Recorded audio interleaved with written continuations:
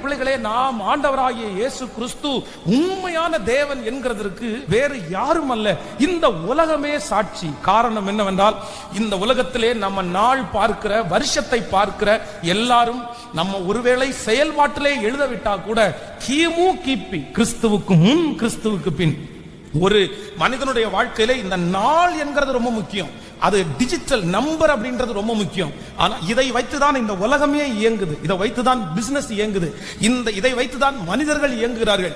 எல்லாமே இதுலதான், இந்த சரித்திரமே அதுலதான் அடங்கி இருக்குது, உலகமே அதுலதான் அடங்கி இருக்கிறது. ஆனால் என்னுடைய ஆண்டவர் உண்மையுள்ள தேவன் என்கிறதற்கு ஒரு பெரிய காரணம் என்னவென்றால், அவருடைய பிறப்பு இந்த சரித்திரத்தை இரண்டாக பிரித்து கிறிஸ்துவுக்கு முன் கிறிஸ்துவுக்கு பின் என்கிற அந்த சரித்திரத்தை கொண்டு வந்த சரித்திர நாயகன் நம்முடைய ஆண்டவராகிய இயேசு கிறிஸ்து.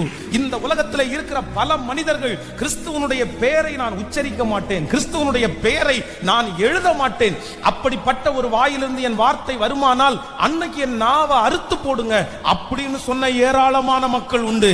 ஆனால் எனக்கு ஒன்று தெரியும், அவர்கள் எவ்வளவு வைராக்கியமாய் இருந்தாலும் அவருடைய வாழ்நாளிலே ஒரு நாளாவது என் கிறிஸ்துவனுடைய பெயரை அவர் உச்சரிக்காம இந்த உலகத்திலிருந்து அவர்கள் கடந்து போக முடியாது.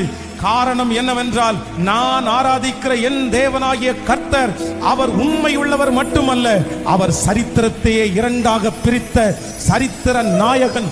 ஒரு உண்மையுள்ள தேவனை ஆராதிக்கிறோம் என்கிற அந்த தைரியத்தோடு நல்ல கைகளை மேல தட்டி, அந்த சந்தோஷத்தோடு மேல தட்டி,